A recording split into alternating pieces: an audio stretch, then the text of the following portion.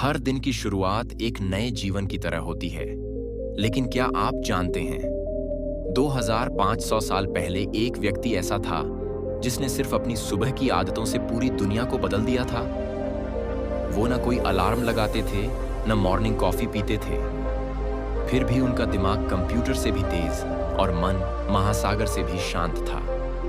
उनका नाम था गौतम बुद्ध, और आज हम जानेंगे उनकी वह मॉर्निंग रूटीन जो अगर आपने अपनाई तो आपका जीवन वैसा नहीं रहेगा जैसा अभी है।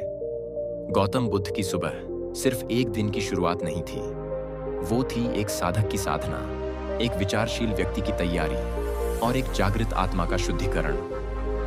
बुद्ध कहते थे, प्रत्येक सुबह हम दोबारा जन्म लेते हैं। आज हम जो करते हैं वही सबसे अधिक मायने रखता है।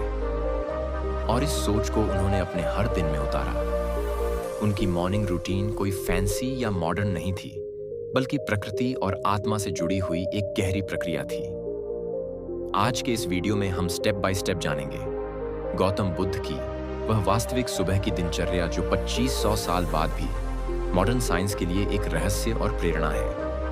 हर पॉइंट में हम देखेंगे कि वो क्या करते थे, क्यों करते थे, और आप उसे अपने जीवन में कैसे उतार सकते हैं। 1. जागरण। ब्रह्म मुहूर्त में उठना। सुबह 3:30 से 4:30 के बीच। बुद्ध क्या करते थे?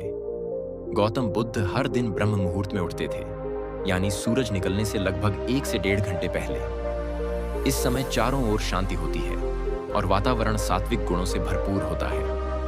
आधुनिक विज्ञान क्या कहता है? इस समय हमारा दिमाग अल्फा और थीटा ब्रेनवेव स्टेट में होता है, जो हमें सबसे ज्यादा शांत, रचनात्मक और एकाग्र बनाता है।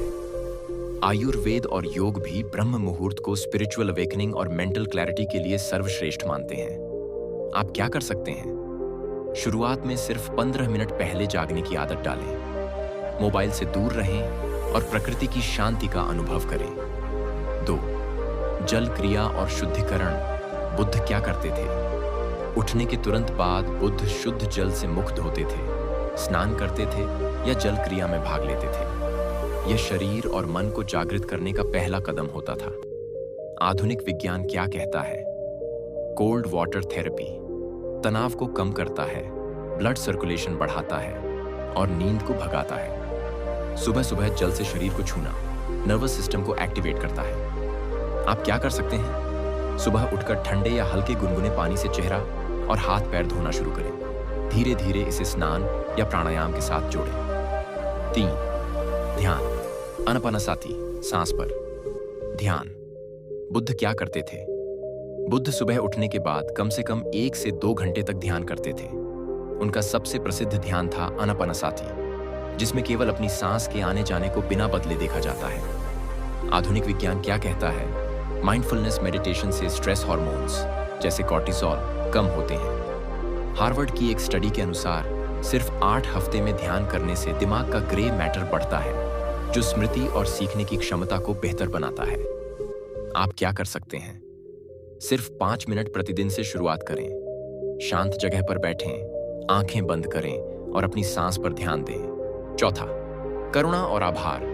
मेट्टा भावना, लविंग किंडनेस मेडिटेशन। बुद्ध क्या करते थे?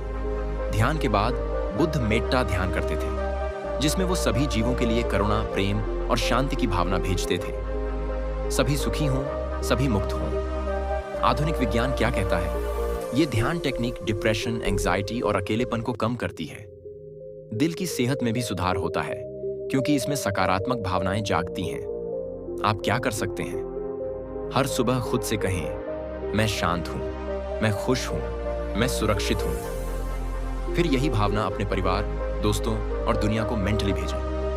5. संतुलित और सीमित भोजन। सुबह का एक ही भोजन, आल्म्स, इंटरमिटेंट फास्टिंग।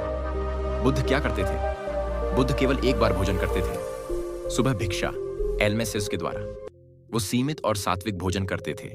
भोजन के बाद पूरा दिन वो कुछ नहीं खाते थे। आधुनिक विज्ञान क्या कहता है? ये बिल्कुल इंटरमिटेंट फास्टिंग जैसा है, जिससे डाइजेशन अच्छा होता है, वेट बैलेंस रहता है और सेल रिपेयर में मदद मिलती है। ओवर ईटिंग से बचने में मदद करता है, जिससे मानसिक स्थिरता आती है। आप क्या कर सकते हैं? कोशिश करें कि सुबह और दोपहर तक का खाना ही मुख्य भोजन हो। रात में हल्का खाएं या स्किप करने की आदत डालें। 6. सेवा और शिक्षण, selfless work plus walking meditation. Buddha क्या करते थे? ध्यान और भोजन के बाद बुद्ध शिष्यों को ज्ञान देते थे, लोगों से मिलते थे और सेवा कार्य में जुट जाते थे। साथ ही वे जगह जगह पैदल चलते हुए ज्ञान बांटते थे, जिसे आज वॉकिंग मेडिटेशन कहा जाता है। आधुनिक विज्ञान क्या कहता है? वॉकिंग मेडिटेशन मानसिक स्वास्थ्य और शरीर की ऊर्जा दोनों को संतुलित करता है। सेवा, सेल्फलेस वर्क करने से डोपामाइन रिलीज होता है, जिससे आत्मसंतुष्टि मिलती है। आप क्या कर सकते हैं? दिन में थोड़ा समय किसी की मदद करने, पेड़ पौधों को पानी देने या पॉजिटिव मैसेज शेयर करने में लगाएं। सुबह या शाम 10 मिनट बिना मोबाइल के ध्यानपूर्वक चलें, पेड़ों, हवा और कदमों पर ध्यान देते हुए। 7. आत्मपरीक्षण और मौन, रिफ्लेक्टिव साइलेंस।